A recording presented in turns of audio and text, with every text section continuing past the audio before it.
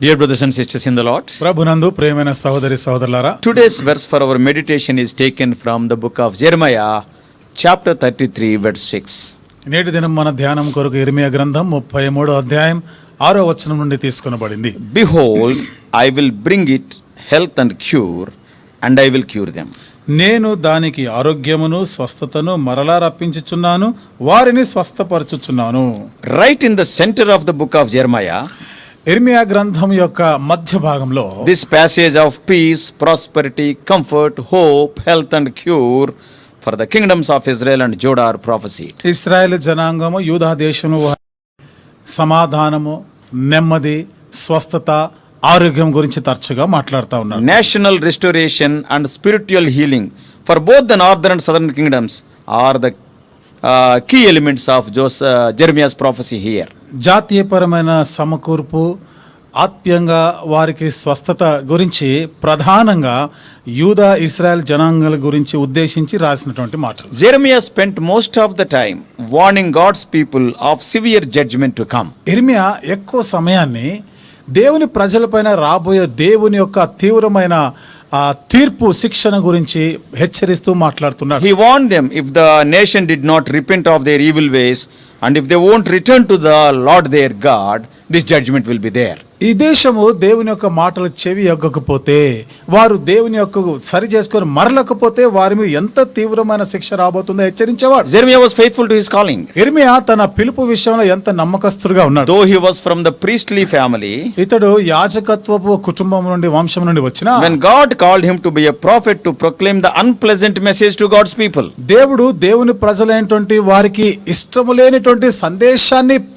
ప్రకటించడానికి ఒక ప్రవక్తగా పిలిచినప్పటికీ, yet he was faithful to his calling. ఆ పిలుపులో కూడా నమ్మదగిన వాడుగానే ఉన్నాడు. He had to endure the onslaught of mocking, loneliness, imprisonment and rejection. కాబట్టి తను అపహాస్యం చేస్తూ, ఒంటరితనము, అంతేకాక తాను గోతిలో చెరసాలలో వేసే వాటన్నిటిని సహిస్తూ వచ్చాడు. Despite his divinely inspired message, చూడండి, ఆయన ఎంతో దేవుని చేత ప్రోత్సహించబడి ఆ వర్తమాన సందేశం చెప్పినప్పటికీ, Jeremiah was subjected to unbelievable ridicule and obliged to witness to the rebellious nation's refusal to heed his warning. ఇర్మియా నమ్మశక్యం కాని విధానంలో ఆ దేశ ప్రజల ద్వారా అపహాస్యానికి గురవుతూ వచ్చాడు. Later they were defeated. ఆ తర్వాత వాళ్ళు ఓటమి పాలైనారు. They were dispersed and sold to slavery. వారు చెదరగొట్టబడ్డారు, వారు చెరలోనికి కొనిపోబడ్డారు. But today's verse for our meditation is in relation to the health and cure, and it was a little message of hope. అయితే నేటి దినం మన ధ్యానం కొరకైన ఈ వచనంలో ఆరోగ్యము, స్వస్థత గురించి నిరీక్షణ కలిగించే మాటలు ఇక్కడ And కనబడుతున్నాయి. this is hidden in the middle of the prophetic writings. ఇది ప్రవచనాత్మకంగా రాసిన మాటల్లో మధ్య భాగంలో If they ఉంటున్నాయి, call దాచబడినాయి. if they call unto me, వారు నాకు మొరపెట్టిన ఎడల I will hear and answer them. నేను వారి మొరను ఆలకించి జవాబిస్తాను. I will bring them health and cure to them. నేను వారికి ఆరోగ్యమును, స్వస్థతను మరలా ఇస్తాను. So if we apply this verse to the New Testament church, కాబట్టి ఈ వచనాన్ని క్రొత్త నిబంధన సంఘానికి అన్వయింపజేసుకుంటే, the church of God and the members of it are typified by Jerusalem. దేవుని యొక్క సంఘంలో ఉన్నటువంటి ఆ వ్యక్తులందరూ కూడా యెరూషలేమునకి వారు సూచనగా ఉంటున్నారు. We have to understand that God wants to cure the church's spiritual sorrows. దేవుడు సంఘం యొక్క ఆత్మ సంబంధమైన దుఃఖములను ఆయన బాగు చేయాలని You కోరుతున్నాడు. want to heal all the diseases of sin through the blood of Messiah.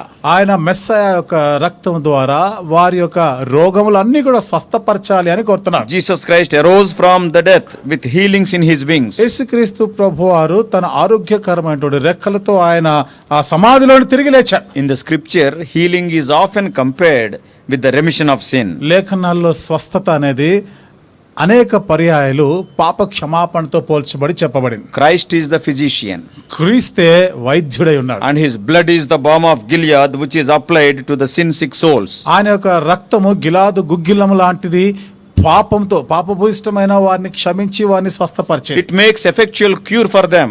అది వారికి ఎంతో సమర్థవంతమైనటువంటి స్వస్థతని చేకూరుస్తుంది. They won't further say that they are because their iniquities are forgiven them.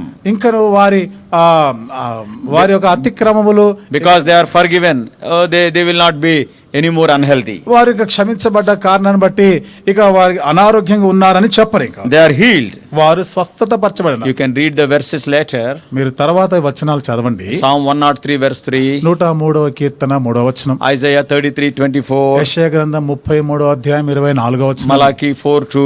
మలాకి గ్రంథం 4వ అధ్యాయం 2వ వచనం. Jeremiah 18:23. ఇర్మియా గ్రంథం 18వ అధ్యాయం 23వ వచనం. Yeah, we are the new Jerusalem. మనమందరం కూడా నూతన యెరూషలేము అయి ఉన్నాం. While we are not heirs to the destruction of the world, మనము ఆ పాత పురాతనమైనటువంటి దానికి వారసులం కాకపోయినా and we are the sharers of the blessings and good. మనము వాగ్దానం చేయబడిన ఆశీర్వాదములలో పాలి భాగస్థుల వారం అంటున్నాం. God promised to cleanse Israel of all its iniquity and pardon all of the iniquity by which they have sinned against him. దేవుడు ఇశ్రాయేలీయులు వారి దోషములన్నిటి కూడా వారు చేసిన పాపము నుండి వారి దోషములన్నీ కూడా కడిగి వేస్తాను, క్షమించి వేస్తానని దేవుడు వాగ్దానం That చేశాడు. is the promise of the gospel. అది సువార్తలో చేయబడిన వాగ్దానం. Yes, we have been cleansed. మనము కడగబడిన వారు. We are washed by the blood and forgiven of all our sins for the sake of Jesus Christ. మనం రక్తము వలన శుద్ధీకరించబడ్డాం. యేసుక్రీస్తు ప్రభువారిని బట్టి మన పాపములన్నిటి నుండి కడగబడిన It was not by our doing or by our suffering, but by Christ's.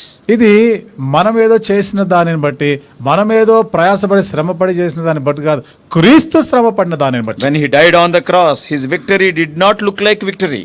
ఆయన శిలువ మీద మరణించినప్పుడు ఆ విజయం అసలు విజయంగా కనబడలేదు. It అప్పుడు looked like death and defeat. అది మరణం ఓటమిలాగానే కనిపించింది. His suffering and death was felt by everyone around him as a terrible thing. ఆయన శ్రమలు, ఆయన మరణము ప్రతి ఒక్కరు కూడా ఎంతో భయంకరమైనదిగానే దాన్ని పరిగణించారు. But look at the truth. అయితే సత్యాన్ని చూడండి, It was victory. అది విజయమే. Jesus destroyed the power of sin and ended death for all people. యేసు ప్రభువారు పాపమును నాశనం చేసి ప్రజలందరి కొరకే ఆయన మరణం రుచి చూచాడు. Today, if you believe in him, no death to you. ఈ రోజు నువ్వు ఆయన యందు విశ్వాసం ఉంచిన ఎడల నీకు మరణం లేదు. His death gave way to resurrection, and we too will be resurrected. ఆయన మరణము పునరుద్ధానానికి నడిపించింది, మనమును పునరుత్థానులం అవుతాం. Death and grave cannot hold us. మరణము సమాధి మనల్ని బంధించి ఉంచలేదు. So when we see from the individual point of view, ఇప్పుడు మనం వ్యక్తిగతంగా ఈ కోణం నుండి ఆలోచన చేస్తే the patient is man, రోగి ఎవరంటే మానవుడు, and the disease is sin. రోగం ఏమో పాపము. And we see the disease equally in the most cultured as in the most ignorant way also. But that is, disease will be there in the cultured people and also the ignorant people. ఈ రోగము అనేటువంటిది, ఈ అనారోగ్యం జబ్బు అనేది చూడండి, బాగా ఎరిగిన వారు, చదువుకున్న వారికి ఉంది, నాగరికత లేని వారికి కూడా ఉంది. Yeah, sin is seen in the most sophisticated and learned scientist, and also in the life of a poor and tribal man. పాపం అనేది సామాన్యమైనటువంటి వ్యక్తిలోనూ ఉంటుంది, అనాగరికుల్లోనూ ఉంటుంది, బాగా చదివిన వారికి, శాస్త్రవేత్తలు అనబడే వారికి ఉంటుంది. ఇది Sin keeps you ignorant of true God. పాపము అనేది నిజమైనటువంటి దేవుని తెలుసుకోకుండా చేస్తుంది నిన్ను. Sometimes this sin will show you that you are the ideal personality. కొన్నిసార్లు ఈ పాపమే నీవే ఒక మంచి ఆదర్శమైన వ్యక్తివిగా చెప్తుంది. Oh, no man better than you. నీకన్నా మంచోడు ఇంకెవరు లేరు. That's why many times people say, అందుకనే చాలా సార్లు ప్రజలు చెప్తా ఉంటారు, what sin have I committed, brother? నేను ఏం పాపం చేసినాను, I robbed none. నేను ఎవరిని I దొంగిలించలేదు, never lied. నేను ఎప్పుడు అబద్ధం I చెప్పలేదు, harmed nobody, etc. నేను ఎవరికి హాని చేయలేదు. We became ignorant of God and his doings and his will. మనం దేవుని ఎరగకుండానే ఉంటున్నాం, ఆయన చేసే కార్యాలు తెలియకుండానే ఉంటున్నాం. Psalm 40 verse 8 says, 40వ కీర్తన 8వ వచనములో రాయబడింది, I delight to do thy will, O God, yea, thy law is within my heart. దేవా నీ చిత్తము నెరవేర్చుటయే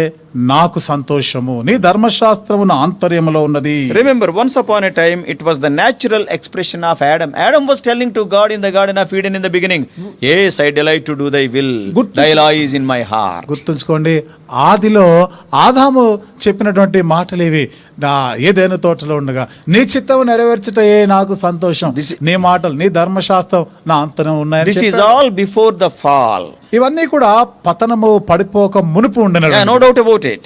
ఆ విషయంలో ఏ సందేహం లేదు. But now, of any man's heart until he is renewed by the Spirit of God. మానవుడు దేవుని ఆత్మ చేత నూతన పరచబడేంత వరకు అతను వ్యక్తపరిచేది కాదు. He cannot tell these words. ఈ మాటలు అతడు చెప్పలేడు. Moreover, ఇంకా చెప్పాలంటే sickness takes away our desire to know the truth. అనారోగ్యం అనేది సత్యమును ఎరగకుండా చేస్తుంది మనం. But when we talk about the physician and cure, అయితే వైద్యుడు గురించి, చికిత్స, స్వస్థత గురించి మనం చెప్పాలంటే The Lord says in today's verse, నేటి దిన వచనములో దేవుడు చెప్తా ఉన్నాడు, behold, I will bring it health and cure. ఇదిగో నేను దానికి ఆరోగ్యమును స్వస్థతను మరలా రప్పించుచున్నాను. I mean Lord Jesus Christ, and it has been Jesus always. He is the one who can cure us. అనగా ఇది యేసుక్రీస్తు ప్రభువారే ఎల్లప్పుడూ స్వస్థపరిచేది ఆయన మాత్రమే. Yes, this is prophesied in Genesis 3:15. ఇది ఆదికాండం 3:15 వచనంలో The ప్రవచించబడింది. seed of the woman will bruise the head of the serpent. స్త్రీ సంతానము సాతాను తలను చితకదొరుకుతుంది. Apostle Paul clarified it in his epistle to Galatians chapter 3 verse 16. అపోస్తలుడైన పౌలు గలతీయులకు రాస్తూ 3:16 వచనంలో దీన్ని స్పష్టంగా What చెప్తున్నాడు. he is writing? అక్కడ ఏమని రాస్తున్నాడు? Not unto seeds as of many, but as of one, and to thy seed, that is which is Christ. Galatians 3:16. గలతీయులకు రాసిన పత్రిక 3:16 వచనంలో అబ్రాహామునకును అతని సంతానమునకును వాగ్దానం చేయబడిను, ఆయన అనేకులను గూర్చి అన్నట్టు సంతానములకును అని చెప్పక ఒకని గూర్చి అన్నట్టే నీ సంతానమునకును అనెను, ఆ సంతానము క్రీస్తు. Therefore Jesus is the only cure. కాబట్టి యేసుక్రీస్తు ప్రభువే చికిత్స, స్వస్థత. Come to him.